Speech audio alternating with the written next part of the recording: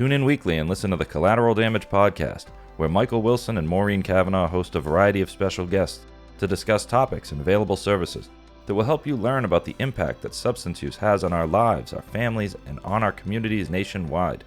Episodes and listening information can be found at www.cdpodcast.com. You can also search for Collateral Damage Podcast on your favorite listening platforms or watch previous and future episodes on YouTube. Don't forget to subscribe and share. All right, so welcome everybody to another episode of Collateral Damage. This is Mike Wilson with my co-host Maureen Cavanaugh, and we have some special guests today, Chris O'Neil and Leslie Lagos. It's Chris Driscoll O'Neil and Leslie Lagos, and this is from One Life at a Time. And I want to thank you both for joining us. And thank you. Being willing to come on and share about this amazing new program and project that you have going on. Working closely with individuals struggling with substance use disorder, who are trying to put their lives back together, who are seeking out meaningful employment and trying to move forward and launch back into their life. Right? Is that kind of the gist of what I've heard? And I'm curious to hear. We have both the executive director of One Life at a Time, and we also have one of the job coach trainers who will probably be doing a little bit of the hands-on work with these folks. And I'd love to hear a little bit about how it was started, where it is, what it is, and I'm hoping maybe you can help us and our listeners understand it better. Okay, it was started, I guess, we started meeting with additional moms because I have a son that's in recovery, struggling, and we started getting together many women that are going through the same thing, and actually most of them have lost their children. Oh, wow. So we all got together, we had several meetings, and we were originally thinking of doing a sober home, but it seemed like it was really too complicated to do the best job possible. So One Life at a Time has always been very successful helping individuals. They've helped 18,000 get back on their feet. And that was during a very difficult time when all the jobs were, people were getting laid off. We helped many of them. And we had such a high success rate that we said, why don't we do this? So the moms agreed, and we came up with a program. Leslie and some of the other job coaches, we have a design program that's 6 weeks long to get people back into, instead of a get well job, into a career. Leslie, you can add. Yeah, we're really excited. We're starting this program as 6 weeks, as Chris had mentioned, and we have over 25 people that will be starting, and we've worked with at least 100 people thus far in the last few months to launch this program. We've had a lot of support from our community, and we appreciate you having us on today to talk about it. This is, something that kind of is closing up the circle in the fact that people have been able to maybe find a sober home, maybe find a get well job, but from there, where do they go? They're looking to be able to get some skills, some updated skills, to be able to launch into a career and have a career path. So that's the hope that we want to provide, and it's a niche that we've been doing for quite some time. And now during the 6 weeks, is it an organized curriculum? Like their goal is to identify a career or education or something like that? I mean, I know we have a men's sober house here in Beverly, and we work with a varied population, 18 to 180. Everybody 18 plus, and we get people that have never had a job, people who have been fired from every job that they had, people who have had a career for 20 years where they depended on alcohol or opioids to help them through that job, and now they no longer want to go back to that. So you're talking about a midlife career shift. I assume that you're going to be dealing with a pretty varied population. And so does this 6 week program fit all of those age ranges? It will fit all of those age ranges. Michael, what you said is what we've done in the past anyway with clients. We've also helped people in recovery. So we kind of know what they need. So this program is going to encompass counseling. So they're going to actually have counseling during the day, because some of them don't have that and they need that. So we'll also have a resource person, so that when we get them into the career, because I'll be out there and my coaches will be out there getting them set for at least a year for a job where they'll be making 18 to 25 an hour. Wow. And they can get back on their feet, but then we're going to follow them for several years. But during that process, we're going to help them with the housing aspect to get them out of the sober home. We have other, agencies working with us. So if they need clothing, whatever they need, we're going to be able to encompass and get that for them. For the 6-week program we're paying now so that they can come out of the sober homes, we're paying all their expenses, which could be food, their rent, maybe car payments, insurance, cell phones. So we're paying all of that for this period of time. And this is for this pilot program that Yes. you're taking on these first 20 people. So this would be during those 6 weeks, you'll be helping them or assisting them both financially, through counseling, and through career education. Is that correct? Correct. Wow, that's amazing. Isn't it? When the first time I heard this, I was like, no, that can't be true. Yeah, that's why I just had to summarize just to make sure I heard what I heard and that our listeners heard what they heard, because that is, probably one of the biggest hurdles for people coming out. I mean, I'm a person in recovery, so coming back into my life, I mean, I very rarely came back in with a bunch of stuff. I usually stayed out there until all my stuff was gone, and I came back into my life with, a black trash bag full of dirty clothes and, some debt and some legal trouble. And that was really how I showed up at sober living or, back at my mom's house. Right. And it was not the type of thing where like, all right, now that you're sober, you should be good. It was now that you're sober, we've got to rebuild whatever you just spent the last X amount of months or years tearing down. So. Right. Absolutely. And I thank you for sharing that. I commend you, and I'm happy to hear that you're doing well. And you kind of touched on a couple of the other topics that we'll be doing, which will be managing a budget and, other resources to help people that have lost everything or are struggling to be able to get back on their feet. And that's the goal. You're doing such terrific work out there, and we work with many organizations that are saying exactly what you're saying. This is the missing link. This is something One Life has been doing for years. So let's put that in to this circle, and this is our niche. So we want to do it well, and we believe we will be able to be successful, especially with the support of organizations in the area. Can I ask you, you've mentioned this a couple of times, the years that One Life has been around. How long has One Life been around? Since 2008.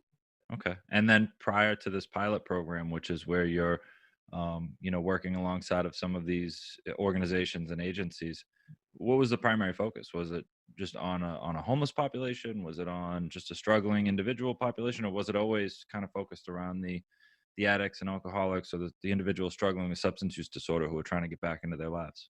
It was probably actually focused along probably many executives came in. Okay. Especially when we lost, they all lost their jobs.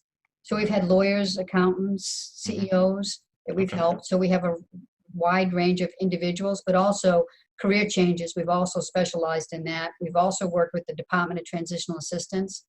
Recently, we helped over 100 individuals, and we had a 92% success rate to get them a career, not a job.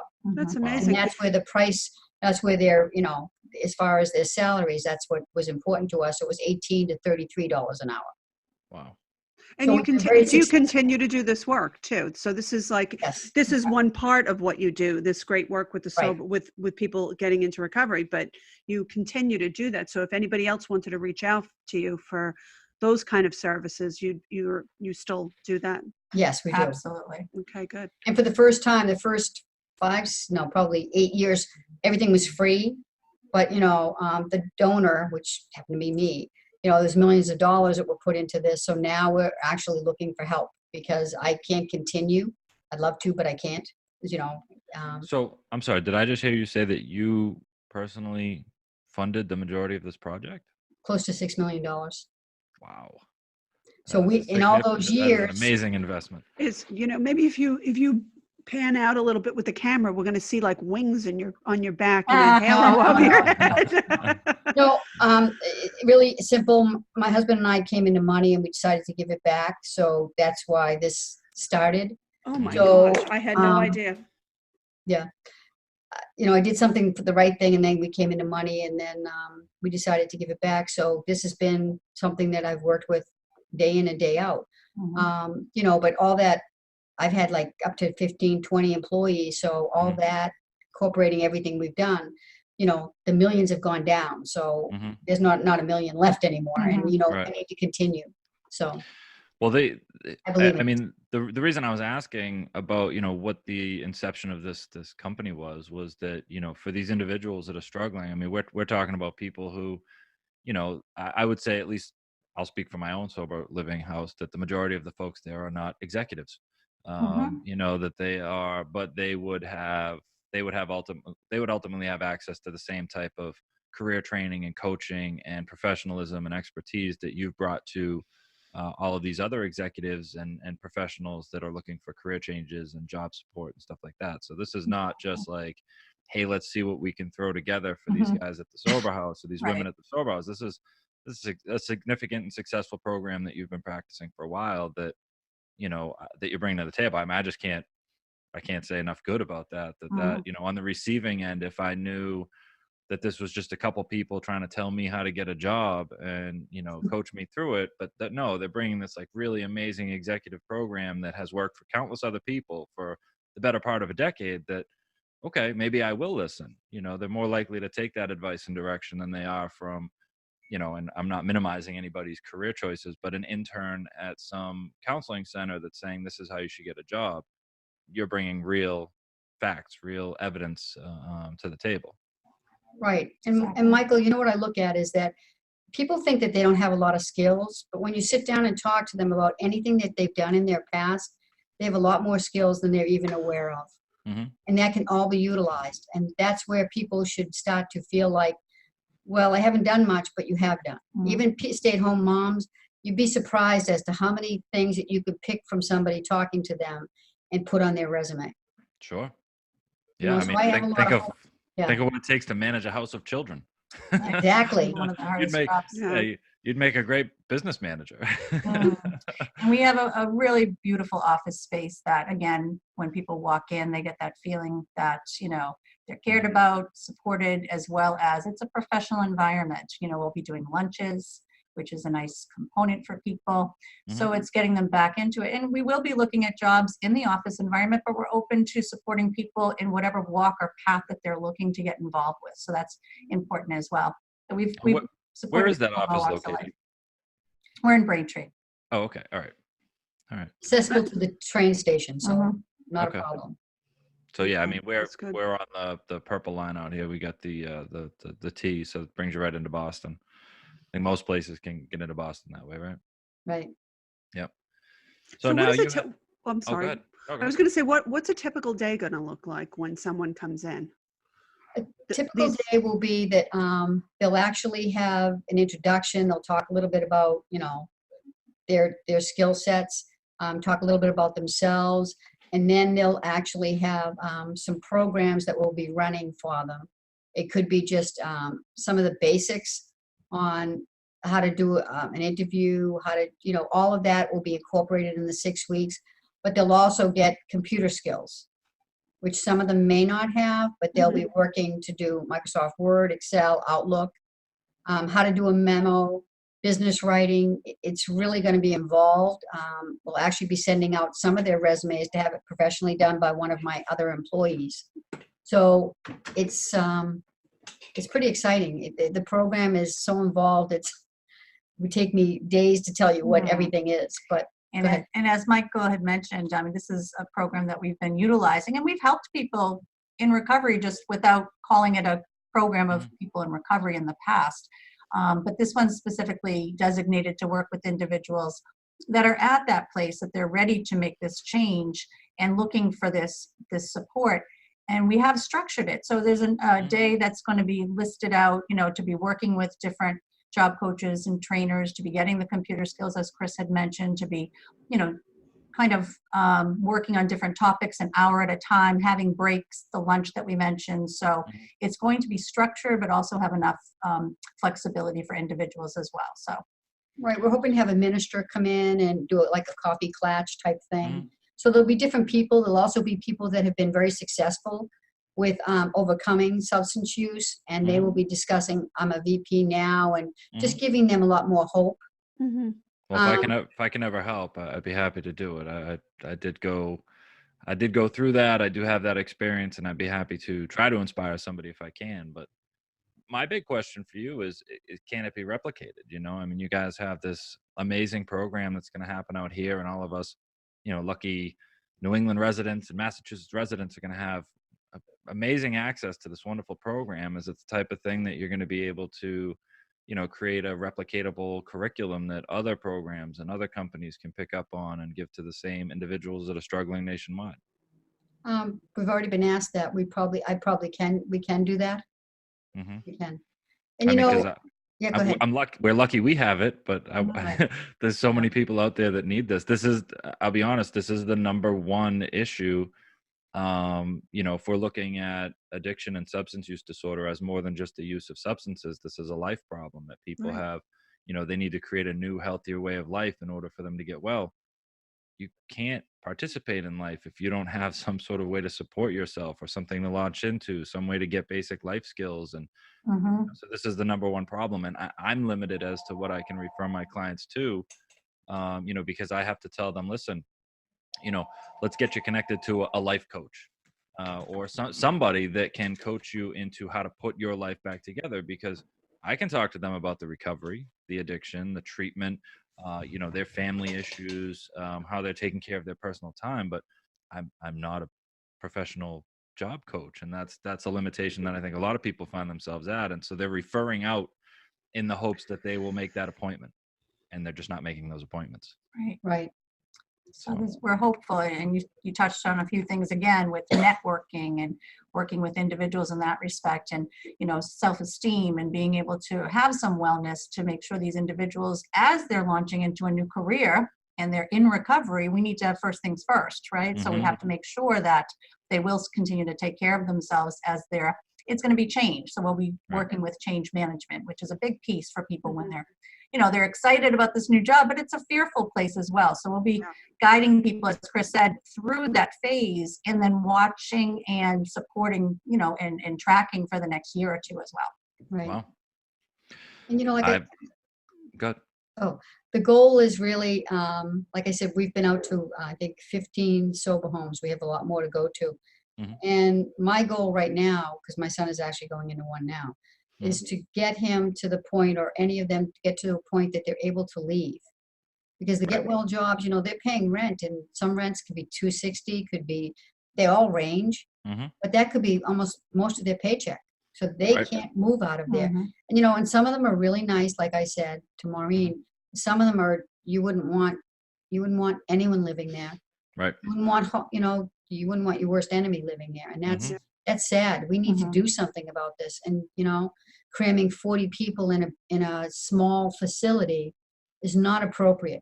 Putting 4 grown men into a room probably the size of ours, in 4 beds. How can it, and they're working they don't have any hope. It's time to make a change. I totally agree with you, because there's nothing more depressing than, even if you have a difficult time and there's something at the end of it, there's an end to how difficult it's going to be, and it's going to start getting better.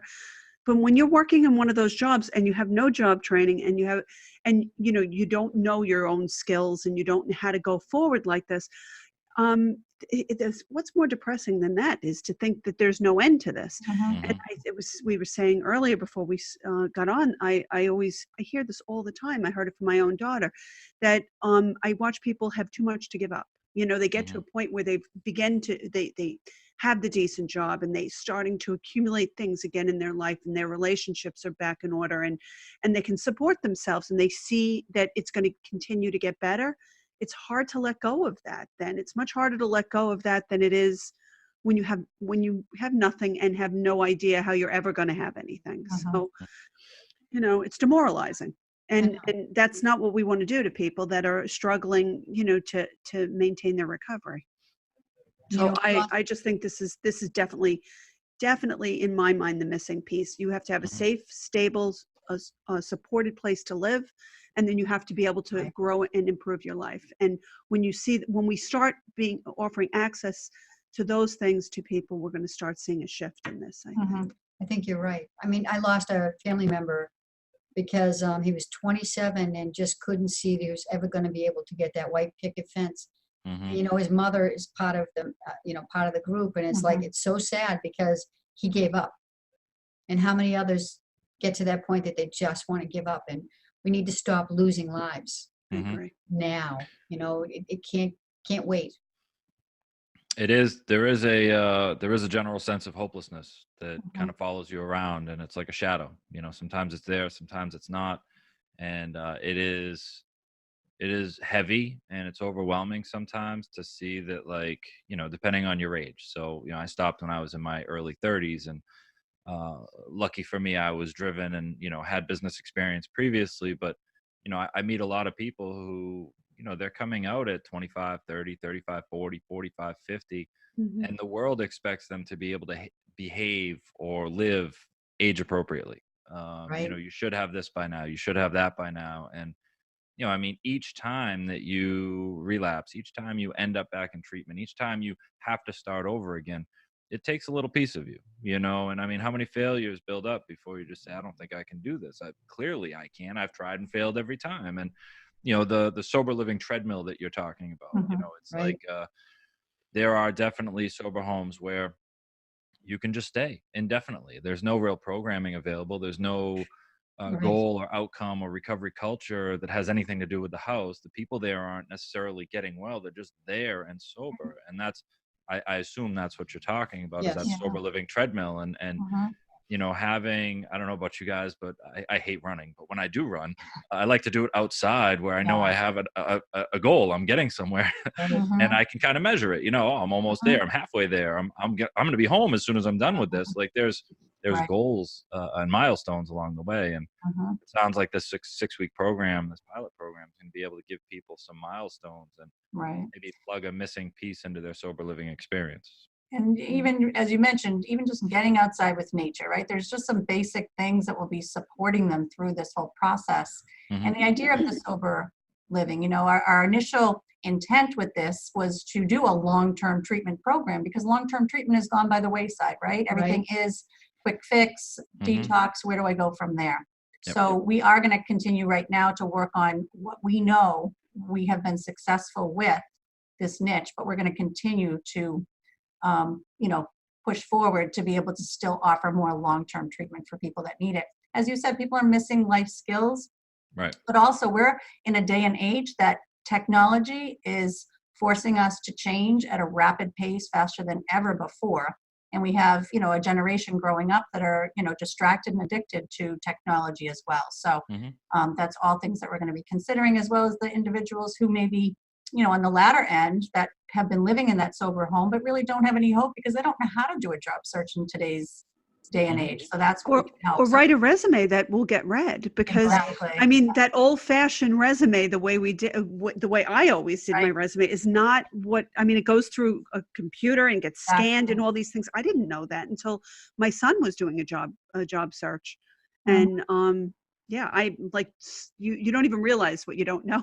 Things sometimes. You don't know what Well, you the don't know. Mhm. Yeah. the old school job search is still being recommended by people today, and people are still getting, like, reprimanded for not doing it correctly. For those of you that can't see, I just put that in quotes. uh, but what's happening is they're like, you need to go out and look for a job.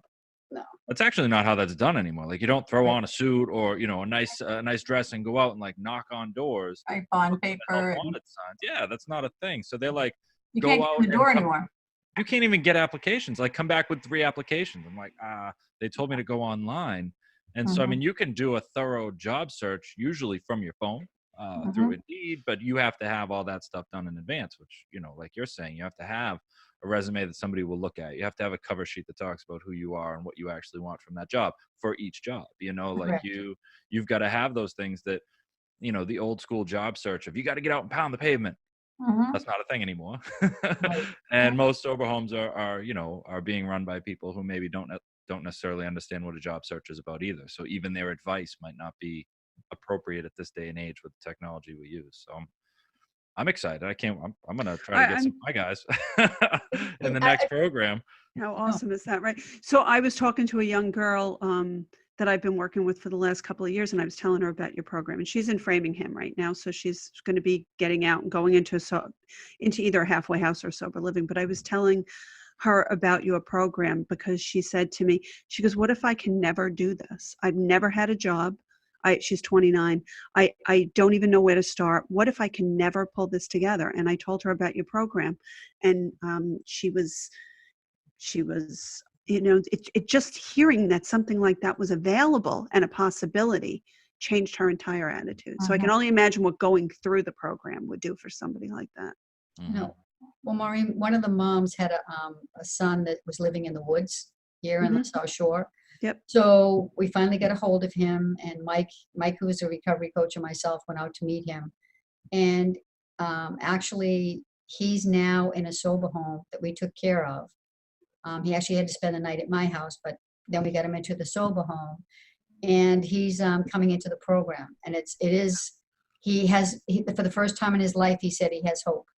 Yes, because it's when someone's looking at about what's possible in after all that's happened, after all they've done, after all the arrests, and is looking at the rest of their life, it seems like it's impossible. And there is no help. There isn't any help. Let's face it. There's nobody out, very few people out there saying, let me get you into a sober house. Let me show you how to find it. I mean, I don't know too many. I know there's sober living scholarships out there, but I don't know anybody that's doing this piece. And I'm just so excited. And I just hope that, it catches like wildfire. And I know that you're doing lots of things now to raise money. And that's an important part of this. We can't have these things if we don't support them. Right. So I mean, I personally think this is something that that Mass Health should cover, or that the government should start covering. But until then, I'm sure you have to prove that it works, which we all know it. Right. Yeah, and you have to do all these things to make sure that you can prove its validity. But for now, you need somebody aside from Chris to be paying for things. Yes. Really, I know. How can our listeners help? They can go onto our website, even if it's $1, that thank you. And then we're going to have a revolving type of thank you to all the individuals. So anything that they can do, their prayers would be greatly appreciated. Anything. Well, I'm gonna go on as soon as we end, and I'm gonna make a donation. So I hope everybody else will do that too. Oh, wow. Thank you. And so this is onelifeatatime.org. So that's the number one, onelifeatatime.org, and they can find all of this information on your website, correct? Correct. They can they have access to a donation button that will show them exactly what to do. Yes. And Maureen and Michael, just real quick, the moms are all getting together. Hopefully, I think we have 70. And when I see the governor, I am going to suggest making change, because any moms that want to get involved, feel free, because we need longer term. We definitely need longer term care for these individuals. The fact that, I've been there with my son and lost so many from detox. After 7 days, there's no beds. We need to do something different. We need to make a change now, because, we're losing the battle, because the system will not pay for them to stay longer. And some of them need a year. Let's face it, they need a year. They're just not capable of going out and getting a get well job once they're in a sober home. It's just not in their DNA. So we need to make a change. I mean, you're talking about 18 to 24 months before most people are situated in their life again. That first year is where everything's being built. That's the foundation. Any house built on anything less than that is going to fall apart. Exactly. And that's why it is, because they need to go to the insurance companies and to say, you need to cover this. Right. No ifs, ands, or buts. Well, I'll be part of that movement. Just tell me where to sign. That's anybody that knows anything about this illness and is aware of the tens of thousands of lives that are being lost every year. I mean, you got to speak up. So I'm really glad that you have a voice. And our group is Moms for Recovery, but we're open for dads, for loved ones. Yes, we do have siblings. We have everybody, but we just use Moms for Recovery because it seemed to hit for a lot of people. I feel like moms are more powerful anyway. You get 100 moms in a room, something's gonna happen. Right. You get 100 dads in a room, people are gonna be like, yeah, we should do something. Chris, I don't know if you're aware of it, but Magnolia has online support groups throughout the country, and this is also podcasts will go out throughout the country. But in our Massachusetts group, Magnolia has about 1,500 people. So we definitely need to put you in there to talk about what you need to make sure that this is available. This is available statewide. Massachusetts has been such a leader in change, I think, and doing such a spectacular job with that. I think that this would be the next avenue, in my mind, is to start helping people with that next step. Right. And by the way, we do have a legal assistant so that if people have legal issues, we're trying to get them to get help on that area too. It's amazing. Kind of thought about everything that they might need. I And love I'm not worried about being Corey friendly with companies. They're going to have to help me. Well, I've actually heard this quite a few. There's a website, I think it's Jobs for Felons or something like that. Yes. That, Yep. you know, they highlight all the different companies that are, I don't want to call them felon friendly because that would be strange, but you know, they're definitely open to the idea of helping people with questionable records who are trying to rebuild their lives. And I think a lot of those companies have really stepped up to the plate and recognized that not everybody with a criminal charge or history or offense is that crime or offense, but that they, you know, deserve a second chance. So there's, Right. hopefully you guys have that list and you'll be connecting people to that. We do as have a well. list there. Yes. Yeah, But that's I'm great. working with insurance companies and kind of saying, hey, we've helped a lot of other people get jobs here. We need your help. Mhm. We have a reputation with a lot of companies from having numerous people that have been hired and having a successful high placement rate. So Mhm. they know the type of training that One Life offers. And so we already have a lot of job openings and opportunities in line and ready to go, which will be nice. It is about, you know, the individual coming through the door. As Right. long as they're coming through the door, they're showing up. They will Mhm. never be alone again. I'm telling Right. you, Chris, we will be here, and I've seen it, and it's true. So That's great. As It's somebody real. who had a second chance, I'm really glad to hear that you're giving people a second chance. So, It's awesome. Awesome. so let me just recap. I just want to make sure. So, so we've got the Moms for Recovery meeting, which should be coming up soon, and so dates will be available maybe on the website, and possibly Yes. by the time you're listening to this, we'll have it posted up in the notes. You have a pilot program coming up on October 15th. That's going to be the first 20 participants in your 6-week program, and then you said you have many more kind of in the queue, if you will, right? People that are still We're bringing in in another office area. We'll take them one-on-one. okay, wow. So we're So not going to this- turn anybody. Like I said, I'm not going to turn anyone away. Okay. And hopefully you've got a meeting with some of the government that might be able to help. Right. And I know that you said your program works with people who've been sober for at least 3 months, but that you are willing to help people who are looking for services as well, right? So Correct. individuals early on, you just talked about a story where you helped place a gentleman, and I know you said you disclosed that your own child is going through some stuff. You guys are willing to step in and assist. So for those listeners who maybe just want some advice or an ear, kind of like the ones that call Maureen and myself, they can also call you, and they can get some resources. Correct? Yes. Is there a main number, or is it just what's on the website? Is there an 800 number or something that? No, it's what's on the website. What's on the website? Okay, all right. So it's onelifeatatime.org. And I want to encourage all of our listeners to go on and at least give a little something and support Chris's amazing efforts, by the way. Amazing effort. It's actually not me. It's everybody at One Life. It's not me. It is, but I'm That's sure what they're people all that do a grateful. lot say.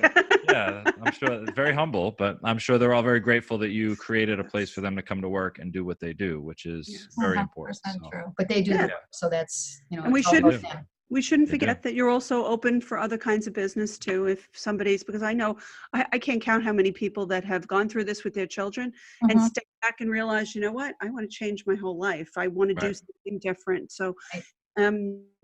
that you're also available for things like that. yeah, now that I don't have to focus on my child's addiction every single day, I'd love a career. Or now that I lost my job or ran my business into the ground, I need a new career. There you go. Exactly. Yeah. All right. Well, I want to thank both of you very much. I love learning about the programs that are out there. And I think each time we get on and hear about something amazing like this, I'm just a little bit more inspired that in spite of all the bad that we hear about, and in spite of all the pain and loss that we hear about that's related to addiction, that there are good people doing good things and there is hope. And Mhm. if you have a loved one that's struggling, know that there are people trying to help them and that they have access to services. And if you yourself are struggling, know that there are people you can call and reach out to for help. So I definitely want to thank the two of you for all that you do and for joining us on this episode Yeah, and thank you so sharing much. about that. And as I said before, I encourage all of our listeners to support this and do what you can to make sure people have access to things like this. Thank you. You're Thank doing you. terrific work, and we really appreciate you having us on today. Thanks. Oh, very Thanks, happy. Michael, and thanks, There's- Maureen. And congratulate, thanks for everything. Very welcome.